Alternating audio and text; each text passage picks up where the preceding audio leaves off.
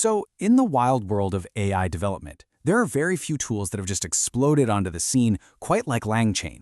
I mean, it promises to make building AI apps super simple, but it's also become one of the most polarizing frameworks out there. So, what's the deal? Why is a tool designed to help developers also causing them so much grief? Let's get into it. And yeah, that's really the big question we're diving into here. Why on earth does a tool that's meant to simplify everything spark such intense arguments among the very developers who use it every single day? We're going to look at both sides of this paradox: the good, the bad, the promise, and the pain. I mean, look at this. This slide just captures the two extremes perfectly. On one hand, you have developers talking about deploying 3 to 5 times faster and how amazing it is for rapid prototyping. But on the other hand, you hear these absolute horror stories of production nightmares, what they call debugging hell, and these leaky abstractions that just cause more problems than they solve. Is a total paradox. Okay, so first up, let's talk about the promise. Why did LangChain get so popular in the first place? It really all comes down to this core idea: making advanced AI feel like it's on easy mode. So, at its core, what is LangChain? Think of it like a set of digital Legos for AI. You've got all these different pieces, language models, data sources, output parsers, and LangChain gives you this really standard way to just snap them all together to build a sophisticated app, or what they call a chain. Now, the secret sauce that makes all this magic happen is something called the LangChain Expression Language, or LCEL for short. This is the thing that takes the super complex job of connecting all these AI parts and makes it feel almost as simple as writing a basic script. And this is where it gets really cool. You just use this simple pipe symbol, that vertical line, to chain everything together. The output from your prompt just automatically feeds into the model, and then the model's output flows right into the parser. It's an incredibly simple and intuitive way to build a workflow, and it barely takes any code. And the impact? Oh, it's huge. Some companies using LangChain are reporting a 60 to 80% drop in the manual engineering work they have to do. I mean, for any team, that is a massive, massive savings in both time and money. All that speed means developers can build some seriously powerful stuff, and fast. We're talking about the whole shebang: smart chatbots, tools that summarize documents for you, even these complex systems where you have multiple AI agents working together on a task. It's pretty incredible.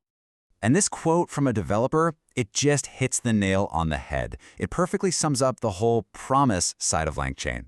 While other teams are stuck debating the perfect architecture, developers using LangChain are actually out there shipping real products. For getting something out the door quickly, that speed is just undeniable. Okay, but for all that hype, there is a totally different side to this story. Let's talk about the pain. Because, despite its popularity, a pretty big chunk of the developer community has pushed back, and they've pushed back hard. This is probably the #1 complaint you hear. For really simple tasks, developers feel like LangChain's layers of abstraction actually make things way more complicated than they need to be. You end up spending all this time learning the LangChain way of doing something, when, honestly, a simple direct API call would have been faster and a lot easier to understand. And that leads to what developers have nicknamed debugging hell. When something in your chain breaks, the error isn't in your code. It's buried somewhere deep inside LangChain's own code. So debugging turns into this super frustrating game of trying to reverse engineer the framework itself, which can waste hours. Now, if you're trying to run a real app in production, this next one is an absolute killer. The framework is just moving so fast that every little update seems to introduce breaking changes. The code that worked perfectly fine yesterday might be totally broken today. For a live system, that's a maintenance nightmare. That unpredictability is a huge risk. So when you step back and look at all these complaints, you start to see a pattern. The very same abstractions that make LangChain so great for beginners, well, they become leaky and a huge headache for experts. That leakiness is what leads to the brutal debugging sessions, the constant breaking changes, and just this general feeling of unpredictability right when it matters most in a live product. All right, so you've got the lovers, you've got the haters. What's the final verdict here? Is LangChain actually good or bad? The reality, as it usually is a little more complicated than that. It's not really about good versus bad. The real consensus from the developer community is that LangChain is a classic double-edged sword. Its value completely depends on what you're trying to do. So the question isn't, is it good? The question is, when is it the right tool for the job? Let's actually break this down. This table makes it super clear. If you're building a quick prototype or a demo, LangChain is an absolute slam dunk. Go for it. But for a real production system, see that big caution sign?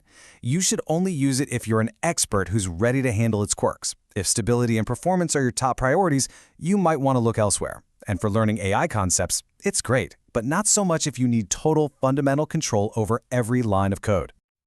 So what's next? Where does LangChain even go from here? The framework isn't standing still, that's for sure, and its future is really going to be defined by how well it tackles these growing pains. Well, one thing's for sure. The momentum behind this thing is insane. We're talking over 3,500 open-source contributors. That is a massive community of people all actively working to make the framework better, fix bugs, and add new features. That is a powerful engine for change. And you can already see the framework trying to evolve. They're introducing new tools like LangGraph, which are designed to give developers way more control over those complex agent workflows. It's a direct response to the criticism about it being a black box, and the goal is to give developers more power and more transparency. So in the end, LangChain is kind of walking this tightrope. The risk is that it just keeps outing more and more features, and it becomes bloated and even more unstable. But the reward, if they can pull it off, is huge. A standardized, universal toolkit for building AI that could just accelerate innovation for everybody.